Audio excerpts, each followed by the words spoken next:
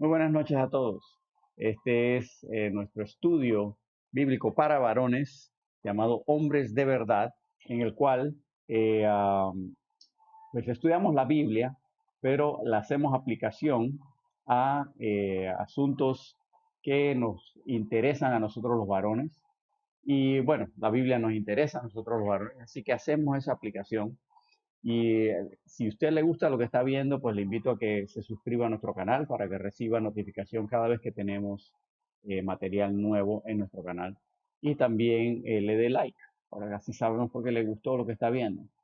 Así que les invito a buscar Romanos capítulo 1. Estamos en el versículo, vamos a empezar en el versículo 16. Eh, Como les dije, yo quería ver si terminaba el capítulo hoy, pero creo que no va a ser posible. Hay mucho material que cubrir y vamos a ver hasta dónde llegamos. Hasta ahora hemos visto la salutación de Pablo a los romanos. Hemos visto cómo Pablo, ¿verdad?, se presenta a sí mismo a los hermanos en Roma y ha mencionado Pablo también sus intenciones, las intenciones que tiene cuando escribió esta carta. Les ha dicho, ¿verdad?, que él quiere comunicarles un don espiritual, pero también que quiere llevar mucho fruto entre los romanos. Ahora, Pablo va a empezar a disertar sobre la condición del hombre y básicamente que todo hombre es pecador. Y ese es el tema que va a desarrollar por los siguientes capítulos. El primero empieza a hablar de la pecaminosidad de lo que se conoce como los paganos, o sea, aquellos que no conocen de la ley de Dios, que no conocen la Biblia. En el tiempo de Pablo, este primer grupo serían aquellos que no son los judíos, porque los únicos que tenían la palabra de Dios eran los judíos. Y si tú querías venir a Dios hasta ese momento, históricamente, hasta la venida de Cristo, si querías estar cerca de Dios tenías que hacerte judío. Así que en la mente de todo el mundo, él está hablando de los que no son judíos. Hoy día, 2000 años después, ya tenemos la revelación completa de la Biblia, entonces esto es más bien para aquellos que no conocen nada de la Biblia. Y no pense, usualmente pensamos que esos son los aborígenes en África, en la montaña de África, o alguien en el Polo Norte o algo así. Pero francamente, mi vecino aquí no conoce nada de la Biblia, así que se aplicaría a él también. Muchos de nosotros aquí, francamente, no conocemos la Biblia como debiéramos, pero eso es otro tema. Eh, um, Así que él empieza primero a hablar de la pecaminosidad de lo que, a falta de mejor palabra, voy a decir los paganos. No quiero decir los gentiles, porque los gentiles, hay muchos gentiles que ya son creyentes y conocen la Biblia. Que- y paganos no es una buena palabra, no es la que más me gusta, pero es la única que se me ocurre que aplica. Entonces, él habla primero de ese grupo, luego va a hablar a los judíos, son los religiosos. Hoy día podríamos aplicar eso, ese pasaje a los religiosos, pero en el tiempo de Pablo eran los judíos. Y finalmente, en el capítulo 4 Pablo hace un resumen y como un abogado, esto es como en un juicio, ¿verdad? Está el fiscal diciendo, primero este grupo, los paganos, ellos son culpables por esto y por esto y por esto. Y luego este grupo, los judíos, los religiosos, son culpables por esto y por esto. Y luego en el capítulo 4 él dice, todos son culpables. Y básicamente Pablo dice, no se escapa nadie, no se escapa nadie. Y antes de entrar propiamente dicho en el pasaje, un repasito. Yo les he dicho que ustedes se van a saber esto de memoria para cuando terminemos, pero vamos a hablar de repasarles los temas fundamentales, ¿verdad?, de Romanos. El tema de Romanos es la revelación de la justicia de Dios y eso lo hallamos precisamente en los versículos que vamos a estudiar esta noche, versículos 16 y 17 del capítulo 1, porque no me avergüenzo del Evangelio, porque es poder de Dios para salvación a todo aquel que cree, al judío primeramente y también al griego, porque en el Evangelio la justicia de Dios se revela por fe y para fe, como está escrito, mas el justo por la fe vivirá. Palabra clave es justicia, que aparece unas 35 veces, y otras palabras como justo, justificación, aparecen también múltiples veces en esta carta, ¿verdad? Y en cuanto a bosquejo, Romanos se divide en dos partes. La primera mitad, capítulos 1 al 8, es la revelación de la justicia en la salvación, donde los capítulos 1 al 4 habla de la salvación de los pecados, cada pecado individual. Y luego los capítulos 5 al 8 hablan de la salvación del pecado, o sea, de la naturaleza pecaminosa. Luego la segunda mitad del libro, capítulos 9 al 16, habla de la revelación de la justicia en la santificación. De los capítulos 9 al 11 hablan de la santificación que ha sido rechazada por el judaísmo. Y luego los capítulos 12 al 16 habla de la santificación reproducida por la iglesia. No me canso de decir santificación, lo que significa es vivir una vida santa, vivir una vida apartada para Dios. No significa que me hago mejor o superior o más importante. Es muy clave que entendamos de lo que estamos hablando. Entonces, eh, um, lo que estamos viendo hoy es el poder de Dios revelado. Les invito a que vean en sus Biblias Romanos 1, voy a leer del 16 al 20. Dice, porque no me avergüenzo del Evangelio, porque es poder de Dios para salvación a todo aquel que cree, al judío primeramente y también al griego, porque en el Evangelio la justicia de Dios se revela por fe y para fe, como está escrito, mas el justo por la fe vivirá. Porque la ira de Dios se revela desde el cielo contra toda impiedad e injusticia de los hombres que detienen con injusticia la verdad. Porque lo que de Dios se conoce les es manifiesto, pues Dios, perdón, se lo manifestó. Porque las cosas invisibles de Dios, su eterno poder y deidad, se hacen claramente visibles desde la creación del mundo, siendo entendidas por medio de las cosas hechas, de modo que no tienen excusa. Vamos a llegar hasta allí en esta noche. Aquí Pablo empieza a hablar del poder de Dios revelado. Y hay que empezar viendo el contexto. ¿Por qué Pablo empieza a hablar de que no me avergüenzo del Evangelio? Porque en el versículo 15, que fue lo último que vimos la semana pasada, Pablo dice, así que en cuanto a mí, pronto estoy a anunciaros el Evangelio también a vosotros que estáis en Roma. Pablo dice, yo estoy preparado, pronto estoy listo para predicarles el Evangelio a ustedes los que están en Roma. Entonces, él de eso lo lleva al versículo 16. Y dice, ¿por qué estoy listo? Dice, porque no me avergüenzo del Evangelio, porque es poder de Dios para salvación. El Evangelio es poder de Dios para salvación. Él, él dice, este es el poder que Dios está revelando y es a través del Evangelio.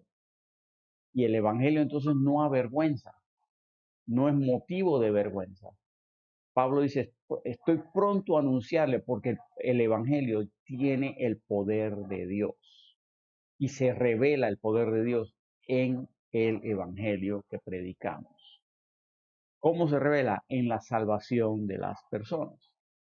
El Evangelio que predicamos se define, y esto lo hemos visto ya, pero no me canso de verlo, se define en 1 Corintios capítulo 15, en los versículos 1 al 5. Y si vamos allá y lo leemos, lo hemos hecho antes, pero dice así, además os declaro, hermanos, el Evangelio. Voy a declararles el Evangelio. Dice que os he predicado, el cual también recibisteis, en el cual también perseveráis, por el cual asimismo si retenéis la palabra que os he predicado, sois salvos. Este es el Evangelio que les prediqué, que ustedes recibieron, en el cual perseveran, y si retienen la palabra, dice, son salvos. Lo que puede salvar al hombre es el Evangelio. Y cuando estamos hablando de salvo, es salvación del pecado, de la pena del pecado. Eso es lo que está diciendo. ¿Cuál es el Evangelio? Versículo 3 de 1 Corintios 15 dice, porque primeramente os he enseñado lo que asimismo recibí, que Cristo murió por nuestros pecados conforme a las Escrituras, y que fue sepultado, y que resucitó al tercer día conforme a las Escrituras, y que apareció a Cefas y después a los 12, y ahí continúa, pero hasta ahí vamos a leer. El Evangelio, esa es la definición del Evangelio, que Cristo murió, que fue sepultado y que resucitó al tercer día conforme a las Escrituras. Vea que este Evangelio tiene tres elementos. Tiene la muerte de Cristo, la sepultura de Cristo y la resurrección de Cristo. Tres elementos. Yo no comunico esos tres elementos, yo no he comunicado el Evangelio. Y lo dije la vez pasada, vea que nosotros no somos salvos por oír las enseñanzas de Cristo, ni siquiera por creer las enseñanzas de Cristo. Eso no me hace salvo. No me hace salvo obedecer las enseñanzas de Pablo. Lo que me hace salvo es obedecer al Evangelio, que es creer que Cristo murió por mí, fue sepultado y resucitó al tercer día. Y no solo eso, hay tres elementos, pero también hay dos testigos. El primer testigo es el testigo clave, el testigo infalible, que es las escrituras. La Biblia da testimonio de que Cristo resucitó. Ese es infalible. Y también están los testigos oculares. Leímos hasta donde se mencionó que se apareció a Cefas y a los 12, y luego habla de que se apareció hasta 500 personas. Hubo testigos oculares del asunto. Y no es el momento para entrar en toda la evidencia de la resurrección de Cristo y todo eso. Eso es un estudio aparte que es fascinante también. Pero me atrevo a decir que la resurrección de Cristo es uno de los eventos con más evidencia, eventos históricos con más evidencia que se tienen en general. Digo, hoy día, ustedes me dirán, no, pero hoy día tenemos cámaras de video y todo eso. Hey, ya se ha demostrado que tú puedes falsificar video y no por tener más información hoy tenemos más verdad. Así es como es. La triste realidad es que este mundo no está mejor, no tenemos mejor información, no tenemos fuentes más fidedignas, pero de la resurrección de Cristo hay una serie de evidencias que pocos eh, eventos históricos de todos los que hay, son muy pocos es que ni se acercan a la cantidad de evidencia histórica que tenemos de la resurrección de Cristo. Eso lo digo porque hoy día está de moda decir que eso de Jesús fue un mito, él nunca existió. Y hay un gran movimiento de tratar de hallar al hombre Jesús, aparte del mito que tenemos en la Biblia. Bueno, en la Biblia no hay ningún mito, en la Biblia es un registro histórico de lo que aconteció. Que la gente no lo quiera creer es otro tanto, ¿verdad? No, bueno, hay muchas opciones que digo, no hay tiempo para que yo vea esto hoy. Lo cierto es que Pablo dice, yo estoy pronto a anunciaros el Evangelio, y aquí va el Evangelio. Cristo murió por ti, fue sepultado, resucitó. Así como Pablo estaba preparado siempre para predicar el Evangelio, ustedes y yo necesitamos estar preparados para predicar el Evangelio. Y a veces caemos en la trampa de pensar que yo necesito cierta preparación intelectual o académica o espiritual antes de poder predicar el Evangelio. Si tú en esta noche eres salvo, que tú has recibido al Señor Jesucristo como tu Salvador, en esta noche tú puedes decir eso, yo soy lavado por la sangre del Cordero, voy para el cielo porque sé que he recibido a Cristo en mi corazón. Si tú puedes decir eso, tú tienes suficiente para predicar el Evangelio. Y si no tienes suficiente, entonces yo diría, ¿sabes qué? Da un paso atrás y chequea si realmente eres salvo. Porque si Dios no está haciendo nada en tu vida hoy, entonces algo no anda bien en tu vida. Pero mi punto es este. El poder de Dios en el Evangelio no depende de que cuánto sepa yo. Obviamente, entre más yo sepa de la Biblia, más la Biblia me puede hacer sabio para aplicar las palabras de Dios en múltiples situaciones. Y por eso es bueno saber más de la Biblia. Pero el poder de Dios no depende de cuánto yo sepa. El poder de Dios depende en que yo me someta a Dios y siga la guía del Espíritu Santo. Cuando yo predico el Evangelio, sencillo que es, mira, tu problema es el pecado. Tu problema es que el pecado te separa de Dios. Cristo murió para pagar por tu pecado y restablecer tu conexión con Dios. Pero tú tienes que creer que Cristo murió y que resucitó. Él fue sepultado, obviamente, pero resucitó. Esa es la clave. Él resucitó murió para pagar por tu pecado y resucitó para demostrar que Él tiene poder para dar vida nueva. Y eso es lo que Él quiere dar, vida nueva. Ok, acabo de predicar el Evangelio. No sé quién de ustedes lo necesitaba oír, pero acabo de predicarles el Evangelio. Obviamente cada situación es diferente, cada persona es diferente y yo puedo usar ese mismo mensaje en diferentes situaciones. Y no estamos dando un curso de evangelismo. Mi punto es esto. El Espíritu Santo toma eso y lo usa para convencer a la persona de pecado y que se arrepienta y que venga a Cristo. El Espíritu Santo entonces toma el Evangelio predicado y lo usa. Y la predicación es el vehículo que desencadena el poder de salvación del Evangelio. Eso es lo que convence al pecador de que tiene que arrepentirse. Es la predicación de la palabra de Dios. Ese es lo que usa el Espíritu Santo para convencer al pecador. No es nuestra elocuencia, no es mis grandes conocimientos académicos. Y digo, otra vez, yo creo que es mejor educarse, que es mejor aprender más. Yo no creo que es saludable quedarse ignorante. No, debemos saber más de la Biblia y más de Dios cada día. Pero yo entiendo que eso no es el poder de Dios. El poder de Dios está en el Evangelio para salvación. Eso es lo que salva. Por eso yo antes discutía, me entraba esto es lo que se llama el ámbito de la apologética. Y yo me entraba en discusiones de por qué la Biblia es superior a cualquier otro argumento y por qué la forma en que yo creo es superior a la forma en que otra gente cree y todo eso. Y como ejercicio intelectual académico tiene cierto provecho, pero nadie se convierte por eso. Nadie. Y eso me tomó varios años darme cuenta que, hey, nadie se convierte por eso. Y bueno, no quiero pasar mucho tiempo aquí, pero esto es lo que dice el mismo Pablo, uno de los hombres más conocedores y más sabios de toda la historia. En 1 Corintios 1, versículos 18 al 21, él dice así, porque la palabra de la cruz es locura a los que se pierden, pero a los que se salvan, esto es a nosotros, es poder de Dios. Porque pues está escrito, destruiré la sabiduría de los sabios y desecharé el entendimiento de los entendidos.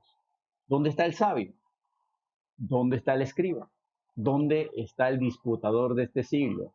¿No ha enloquecido Dios la sabiduría del mundo? Pues ya que en la sabiduría de Dios el mundo no conoció a Dios mediante la sabiduría, agradó a Dios salvar a los creyentes por la locura de la predicación. Así que mis grandes argumentos no salvan a nadie.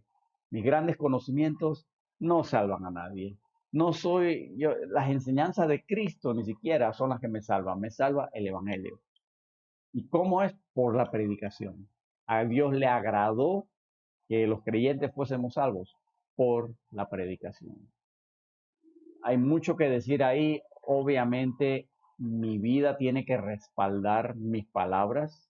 Si mi vida no respalda lo que sale de mi boca, es por gusto, soy un hipócrita. Eso no sirve, pero eso no es mi tema en esta noche. Somos salvos porque ponemos nuestra fe en el Evangelio. Y esta salvación es ofrecida a todos. Porque dice el versículo, volviendo a Romanos 1, dice, porque no me avergüenzo del Evangelio, porque es poder de Dios para salvación a todo aquel, dice, a todo aquel que cree, al judío primeramente y también al griego. Entonces, el Evangelio de Dios es para todo aquel que cree, sin excepción.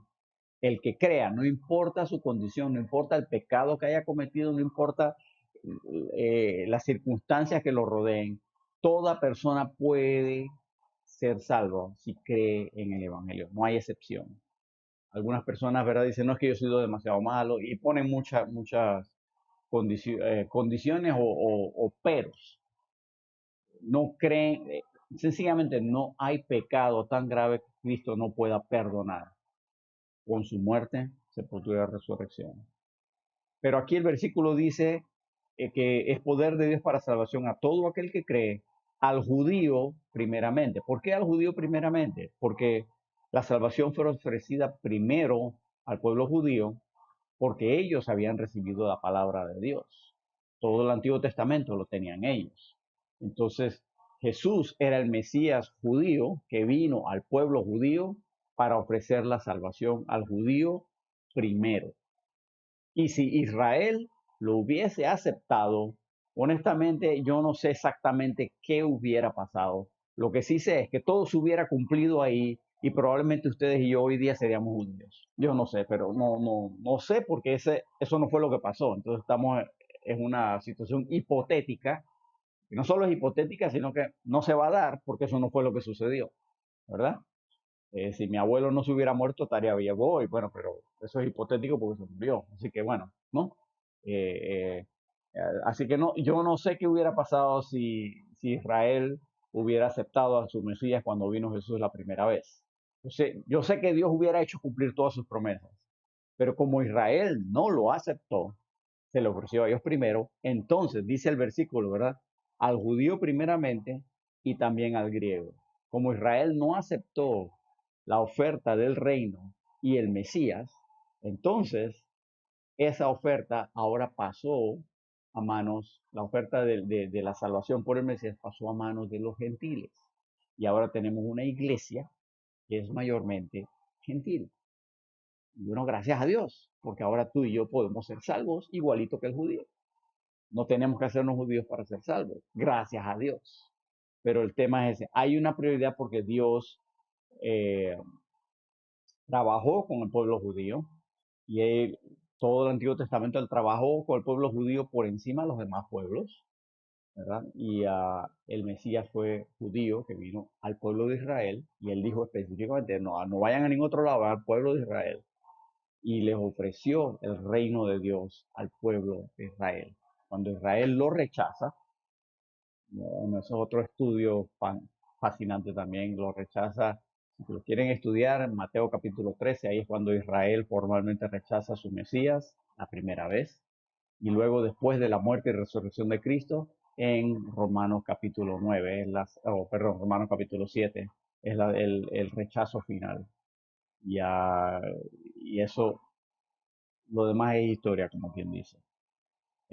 Y por eso la iglesia de Cristo es mayormente gentil. Vendrá el momento, que no está lejano, en que la iglesia será quitada de esta tierra y otra vez Dios estará tratando directamente con los judíos, pero entonces será el tiempo de la tribulación. Wow, fascinante, eso viene ya, y digo, estoy convencido de que, más bien, yo siempre he creído que yo no voy a morir, yo creo que el Cristo viene antes que yo muera. A lo mejor me equivoco, yo no soy profeta. Así que, bueno, a lo mejor me equivoco y sí me toca morir. Yo no creí que iba a llegar a los 60 años y aquí estoy, ¿verdad? Así que, bueno, eh, Cristo vendrá cuando Él sabe que tiene que venir, no cuando no cuando yo lo crea, ¿verdad? Nadie sabe el día ni la hora, solo Él. Pero bien, continuando con nuestro tema, ¿verdad? El Evangelio primero revela la salvación, pero también revela la justicia de Dios. El Evangelio revela la justicia de Dios, porque el Evangelio demuestra que Dios es justo. Vean el versículo 17, Romanos 1:17. Porque en el Evangelio la justicia de Dios se revela. ¿Lo ven? En el Evangelio se revela la justicia de Dios. ¿Qué quiere decir esto? Que el Evangelio demuestra que Dios es justo. El Evangelio es una prueba indiscutible de que Dios es justo. Ya mencionamos que la justicia es un concepto clave en Romanos. Esta declaración de que el Evangelio revela la justicia de Dios es un concepto que Pablo explica y demuestra en los siguientes capítulos. Así que vamos a hablar mucho de esto en nuestras próximas sesiones. ¿Por qué demuestra que Dios es justo? ¿Por qué revela que Dios es justo? En primer lugar, demuestra que Dios es justo porque Dios no ha dejado el pecado sin castigo. Dios no sería justo si Él hubiera dicho, ay, ustedes son pecadores, bueno, se las paso. No, porque la paga del pecado es muerte. Eso lo vamos a ver más adelante, en Romanos capítulo 3. El pecado no puede quedar sin consecuencia, porque el pecado afecta todo. El pecado ha afectado la creación. O sea, ha afectado todo. Nuestra relación con Dios está rota. Así que Dios no podía decir, no lo tomo en cuenta. No, él no podía hacer eso. Al menos no podía hacer eso y seguir siendo justo. Y Dios no puede dejar de ser justo porque esa es parte de su naturaleza. Así que, ¿cómo el Evangelio demuestra que Dios castigó el pecado? Pues la muerte de Cristo. Alguien tenía que morir. Y Cristo, al él tomar todo el pecado del mundo sobre él por ser un ser eterno, su muerte es eterna y vale para todo el mundo.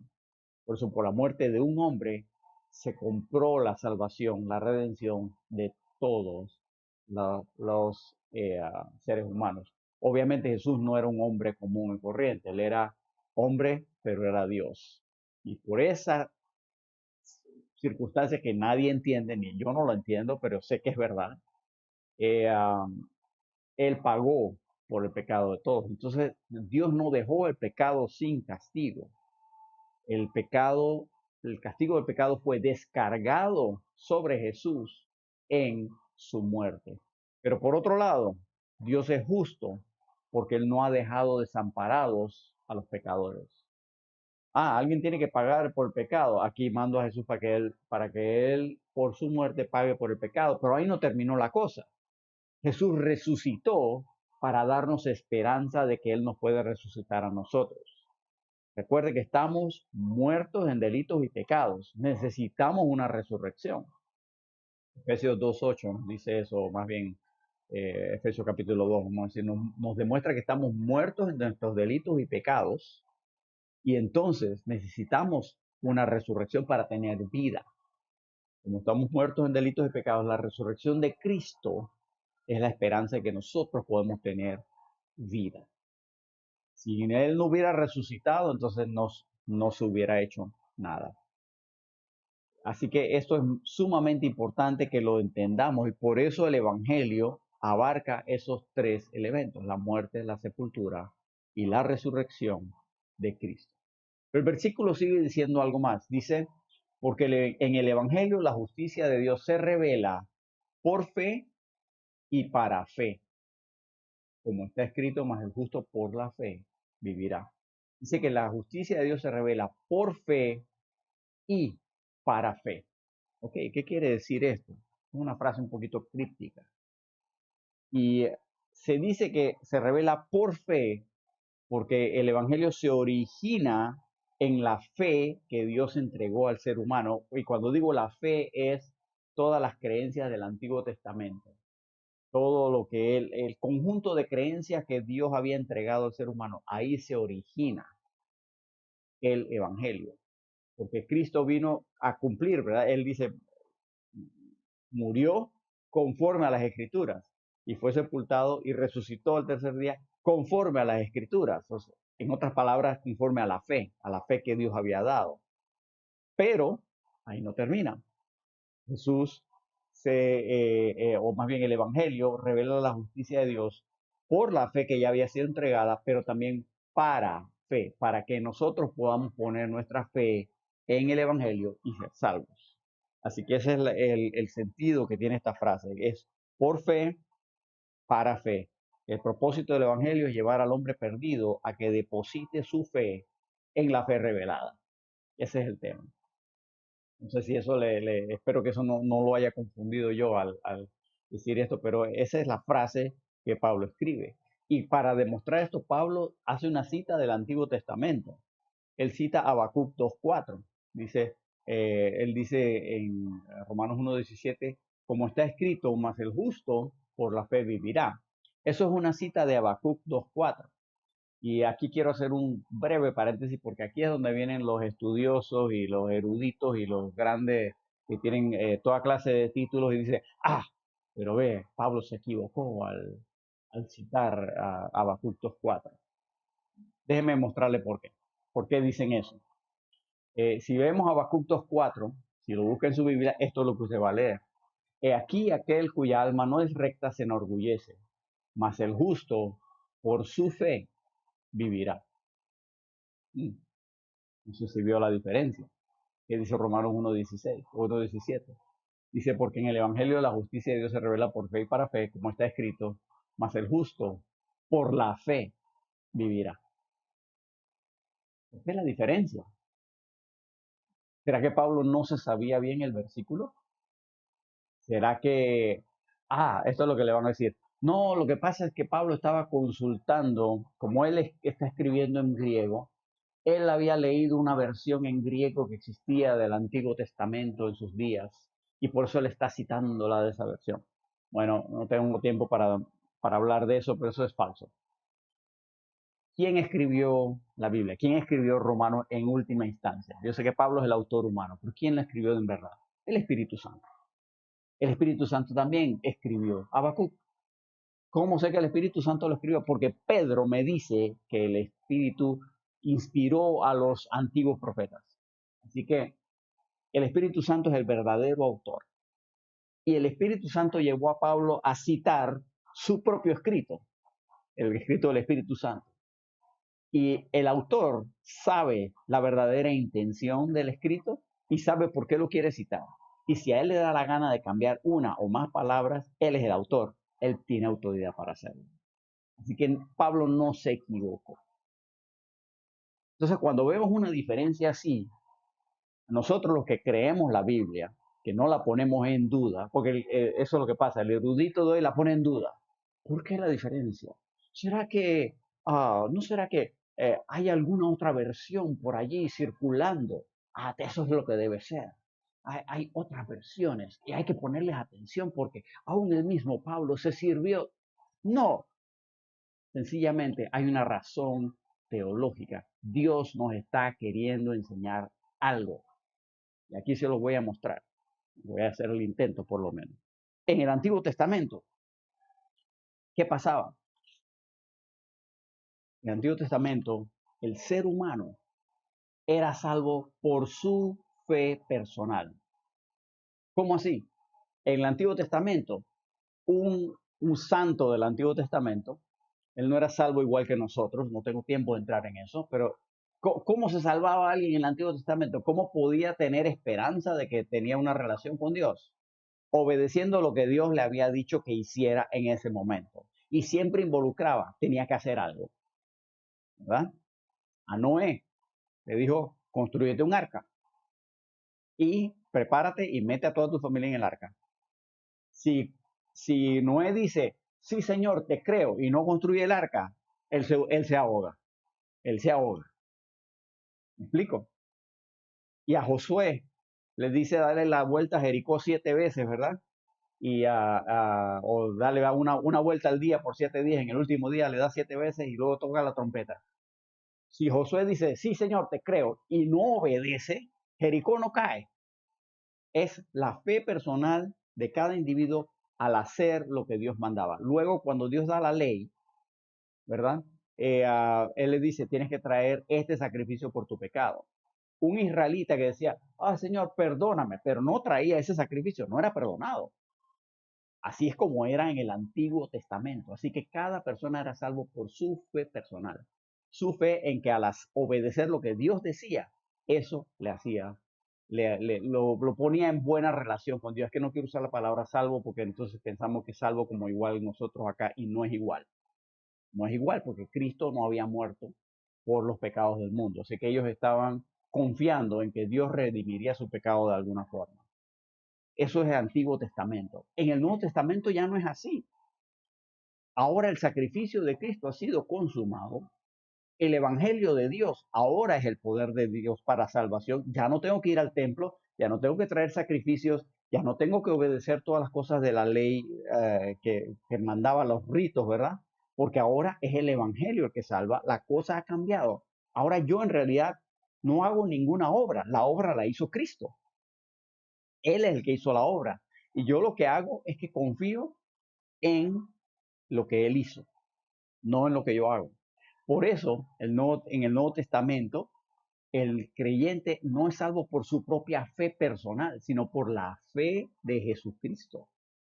La fe que Jesucristo tuvo, de que le creyó al Padre, de que por su muerte y resurrección le redimiría a todo el mundo. Y ya sé que me están mirando y que, espérate, ¿de qué estás hablando? ¿De qué estás hablando? Nunca había oído esto. Bueno, tal vez no hay que leer la Biblia con más detenimiento. Vea lo que dice Gálatas 2:16. Y no se lo voy a poner aquí porque quiero que lo busque y lo lea.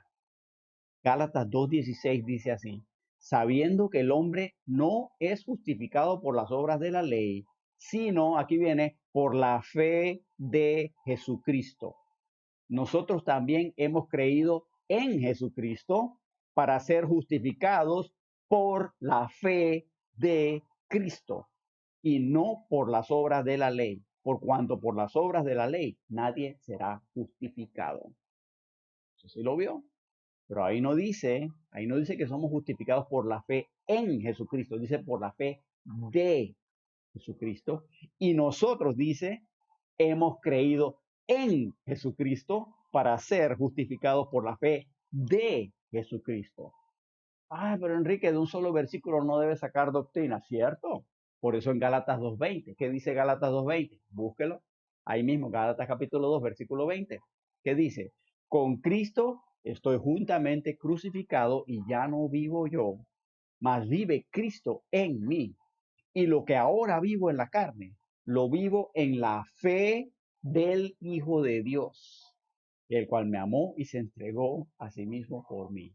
Lo que ahora vivo, yo vivo en la fe que tengo, lo vivo en la fe del Hijo de Dios. ¿Lo vio? ¿Lo vio? Vea Filipenses 3:9. Filipenses 3:9 dice, y ser hallado en él, no teniendo mi propia justicia que es por la ley, sino la que es por la fe de Cristo. La justicia que es de Dios por la fe. Así que Pablo no cometió un error al citar Habacuc 2:4. Intencionadamente Dios lo movió a cambiar una palabra. De paso, ese versículo se cita 2 veces más en el Nuevo Testamento. Y es muy interesante también ver que cada vez es un énfasis diferente y no tenemos tiempo de examinar eso, pero búsquelo. Aparece 3 veces en el Nuevo Testamento. El énfasis aquí en Romanos es, más el justo por la fe vivirá. El justo, ese es el énfasis. El justo por la fe vive, por la fe de Cristo. Gloria a Dios que no depende de mi propia fe, porque si mi fe flaquea, la de Jesucristo no flaquea. Gloria a Dios por eso, porque no vivimos bajo el sistema de sacrificio, donde yo no estoy seguro si mi sacrificio fue acepto o no. Lo hago por fe en mi sacrificio de que lo hice todo bien. Yo no tengo que vivir con ese temor. El sacrificio perfecto lo ofreció Cristo. Yo no tengo que preocuparme en ese sentido. Porque no hay nada que yo pueda hacer para ser salvo. Ese es el mensaje del Evangelio. No hay nada que tú puedas hacer, ni yo. Todo lo hizo Cristo. Gloria a Dios. Y por eso no decimos muchas veces, no somos una religión, porque el cristianismo bíblico no es una religión. No lo es. Y si lo fuera, es la única religión donde Dios hizo todo y yo no hago nada. Gloria a Dios por eso. Lo único que yo hago, entre comillas, bueno, sí lo hago, es yo deposito mi fe en lo que hizo Cristo. Gloria a Dios por eso. Entonces Pablo ahí continúa. Él dice, mira, el Evangelio de Dios es el poder para la salvación. El Evangelio de Cristo es el poder para la salvación. Y eso entonces ahora lo lleva a darnos uno de los cuadros más espeluznantes de la pecaminosidad del ser humano. Y no vamos a entrar en los detalles hoy, eso será para la próxima, pero hoy vamos a ver el golpe inicial de Pablo, como si fuera un boxeador, realidad ese primer golpe que estremece al contrincante. Y es que también con la palabra de Dios se revela la ira de Dios sobre el hombre. Y eso es algo que debieran a nosotros todos preocuparnos, que la ira de Dios se ha revelado a través del Evangelio. El Evangelio también revela la ira de Dios. Vea el versículo 18. porque la ira de Dios se revela desde el cielo contra toda impiedad e injusticia de los hombres, que detienen con injusticia la verdad. El argumento de Pablo es, ahora empieza a desarrollar el caso en contra de los gentiles. Él dice, hoy día decimos paganos, ¿verdad? Pero él está hablando de los gentiles porque, bueno, eso es lo que en la mente de él, ¿verdad? Todo el que no era judío era gentil y pagano. Eso se usaban como sinónimos, esas palabras los judíos las usaban sobre todo como sinónimos. El que era gentil era pagano y el que era pagano era gentil, punto.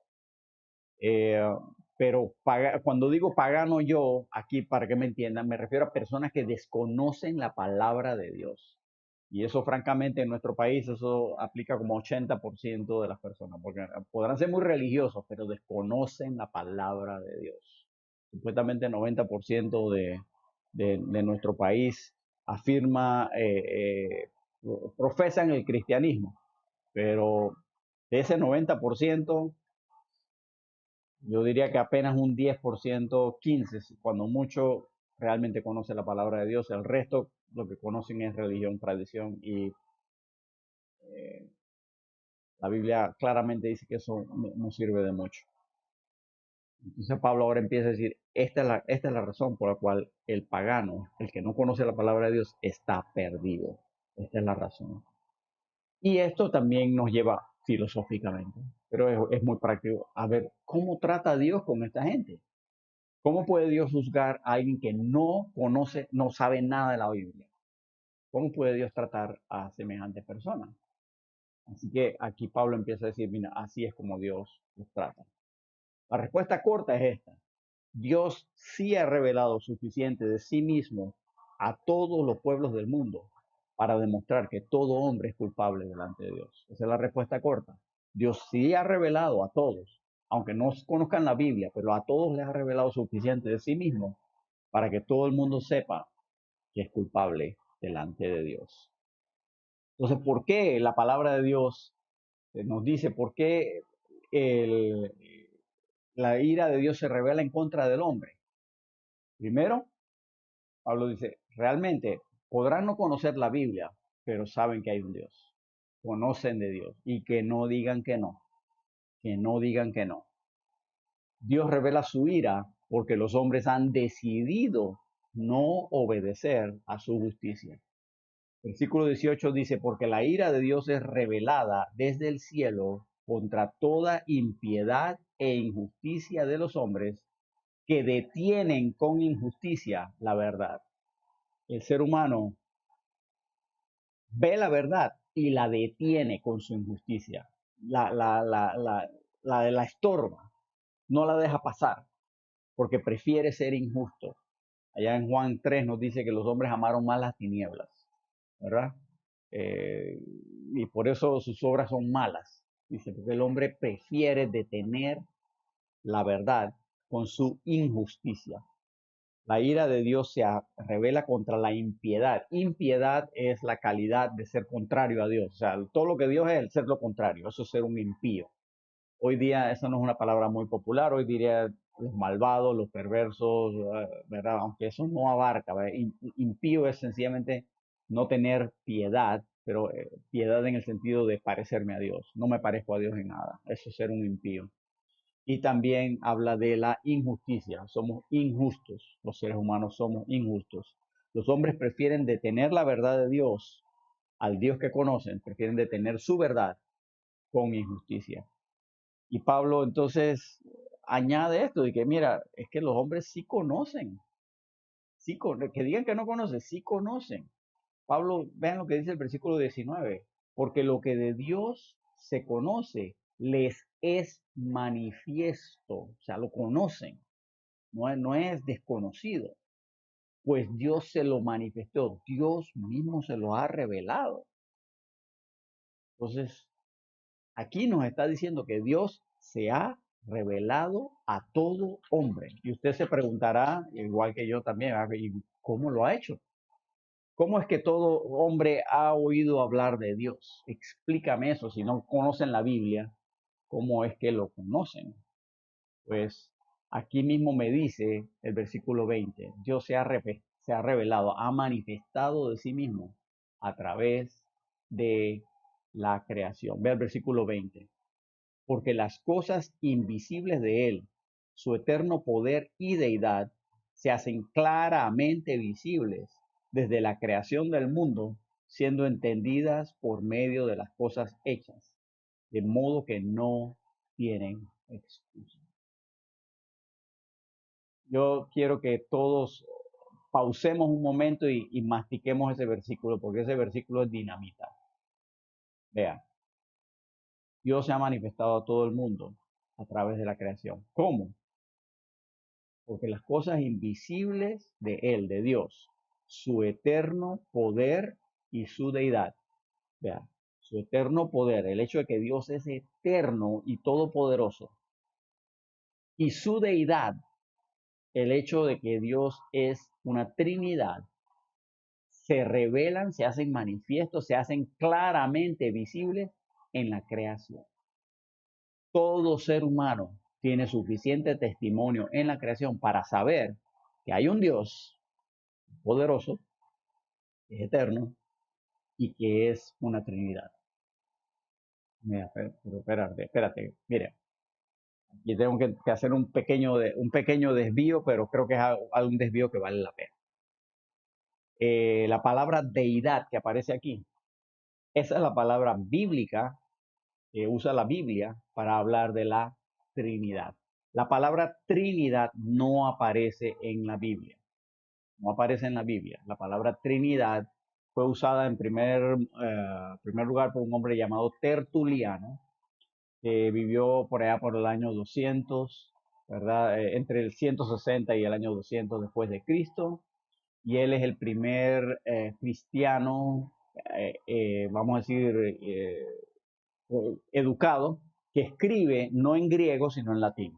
Entonces, por eso él es famoso. Y si usted lo ve en la lista de los santos católicos, San Tertuliano, no se asuste por eso. Tertuliano nunca fue lo que, o sea, él no es, y hasta va a ver en libros que dice que Tertuliano era católico, pero no es católico como el católico romano, no se refiere a eso. No tengo tiempo de explicarles, eso nada más lo estoy diciendo en esta noche.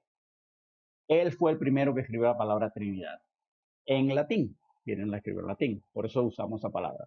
Pero en la Biblia, la palabra es deidad, solo aparece dos veces. Aparece aquí y aparece en Colosenses 2, versículo 9, la quiere buscar, ahí aparece. Ahora, la palabra Trinidad no aparece en la Biblia, pero la Trinidad sí aparece. La Trinidad sí. Aparece Dios Padre, aparece Dios el Hijo, Jesús, ¿verdad? Que es el Hijo de Dios, y aparece el Espíritu Santo con los atributos de Dios. El que niegue eso sencillamente niega lo que dice la Biblia, porque ahí aparece. Pero vea, aquí es donde este versículo es dinamita. Aquí me dice que las cosas invisibles de Dios se hacen visibles a través de la creación. Eso me dice a mí, o sea, nosotros los que creemos la Biblia, empezamos a entender que, wow, toda la creación entonces está diseñada para enseñarme algo de Dios. Pero empecemos por lo primero. Aquí específicamente menciona el eterno poder de Dios y la deidad, la cual yo afirmo que eso es una referencia a la Trinidad. Y déjeme hacerle una pregunta. ¿Alguna vez se ha dado cuenta usted o se ha preguntado por qué es que la mayoría de las cosas en la naturaleza, en el mundo, se pueden clasificar o dividir en tres partes? ¿Alguna vez se ha preguntado eso? El ser humano, por ejemplo, es cuerpo, alma y espíritu. Tres partes. Y eso lo sé porque me lo dice 1 Tesalonicenses 5:23. Dice, todo vuestro ser, cuerpo, alma y espíritu. Tenemos tres partes. Hmm. Hablando de anatomía, el cuerpo humano se divide en tres partes. Cabeza, tronco y extremidades. Hmm. Coincidencia, ¿verdad?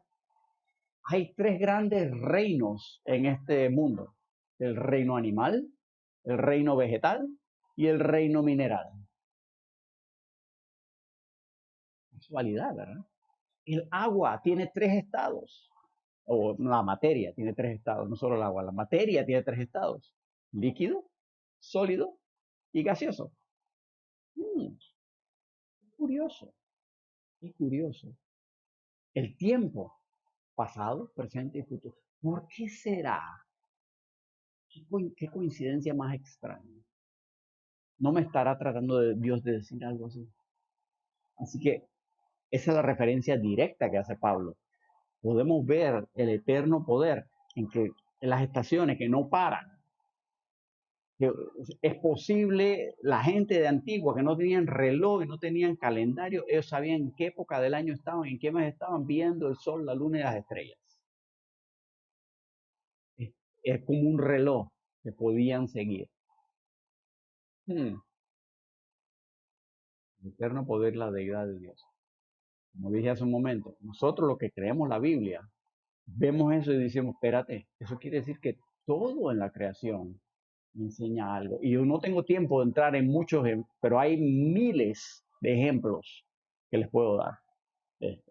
Solo le voy a dar uno, porque no tengo tiempo para, ese es un tema para estudiarlo solito. Pero vea, yo puedo aprender tanto de la naturaleza con la revelación de la Biblia acerca de Dios. Le voy a dar dos ejemplos. Quería darle solo uno, pero voy a darle dos ejemplos. El segundo es gratis. Por ejemplo, la luna. ¿Se ha dado cuenta usted de la luna, verdad? Bueno, la luna es un cuadro, me enseña sobre el cristiano. ¿Cómo así, Enrique? Bueno, la luna cuando sale de noche. Curiosamente, qué casualidad, por ejemplo, Pablo habla de que esta época en la que vivimos es como una gran noche. Qué casualidad, ¿verdad? La luna sale de noche. ¿Cuándo estamos los cristianos? En esta época. ¿Cuándo es que sale la luna? Cuando el sol no está, usualmente, ¿verdad? Bueno, ¿qué dijo Jesús? Mientras estoy en el mundo, luz soy del mundo. Se fue Jesús, quedó la noche. Y ahí está la luna. La luna no brilla por su propia luz. La luna brilla reflejando la luz del sol. Curiosamente, el sol es cuadro de Dios, que reflejamos la luz de Dios. Cuando la luna está llena, que se ve en todo su esplendor brillante, no se notan sus imperfecciones. Y las tiene, está llena de cráteres y toda clase de defectos, vamos a llamarle.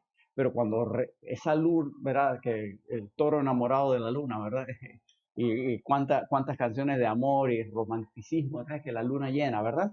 Porque es bella, es hermosa. No se ven sus defectos cuando refleja. Asimismo, el cristiano, cuando refleja la luz de Dios, sus defectos no es que no están, sino que eso no es lo que se ve. Ah, qué interesante, interesante.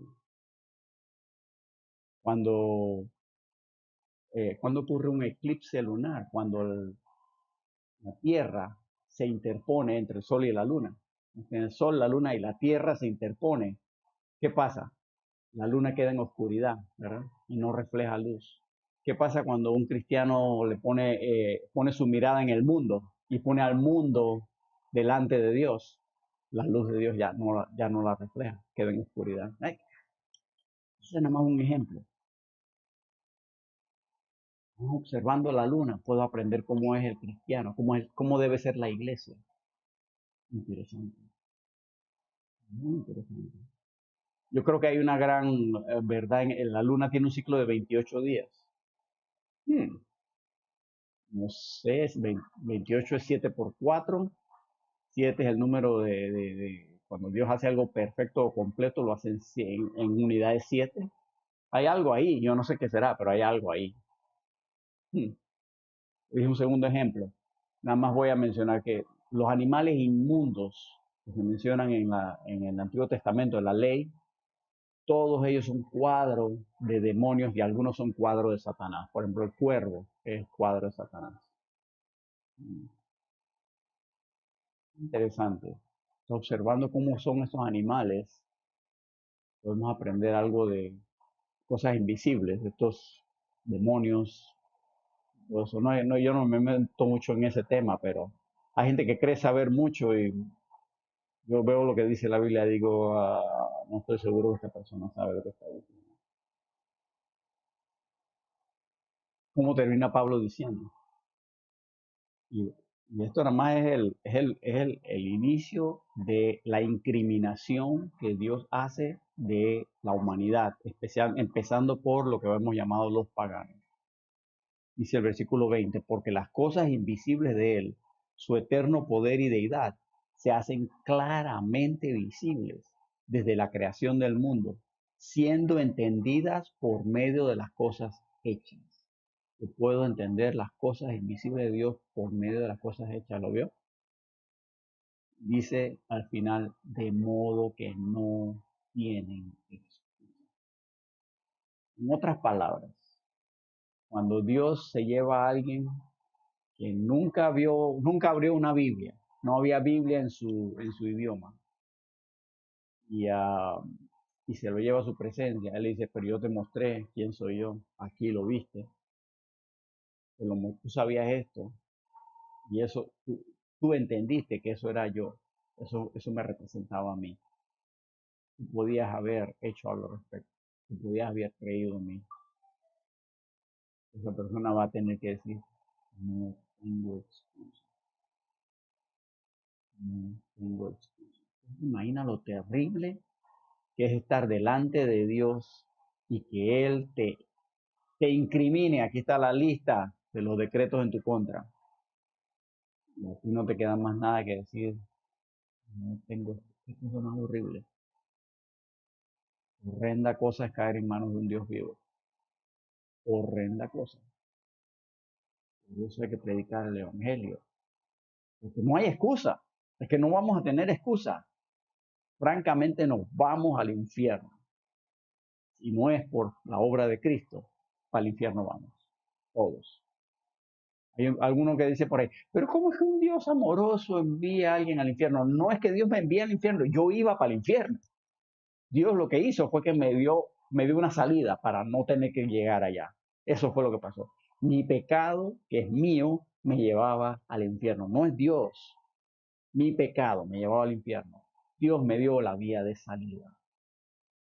Y Dios me dio esta Biblia para saber cómo salir. Y al que no tiene la Biblia, te di la creación para que tengas salida, vía de escape. Acéptala. Pero ¿qué hace el hombre? Detiene la verdad de Dios con su propia injusticia. Yo prefiero no creerte. En el libro de los Hechos, ahí hay un momento en que Pablo le está predicando a un alto oficial romano que le dice, por poco me convences de ser cristiano, Pablo. Entonces imagina ese individuo en el infierno. Por poquito me pude haber convertido. ¿Qué excusa tiene él? Bueno, lo oído el Evangelio, pero ¿qué tal de un pigmeo allá en África o un esquimal allá cerca del círculo ártico? Y en la creación Dios se ha revelado y te ha dado suficiente para que entiendas que hay un Dios. Y se vuelve el principio de la luz. Dios te da luz y si tú respondes, Él te da más luz. Si tú no respondes a la luz, la detienes, entonces ya Dios no te da más. Y es momento entonces que empecemos a estar como Pablo, estar prontos a predicar el Evangelio. ¿Estás listo tú? Espero que así sea. Dios me los bendiga en esta noche.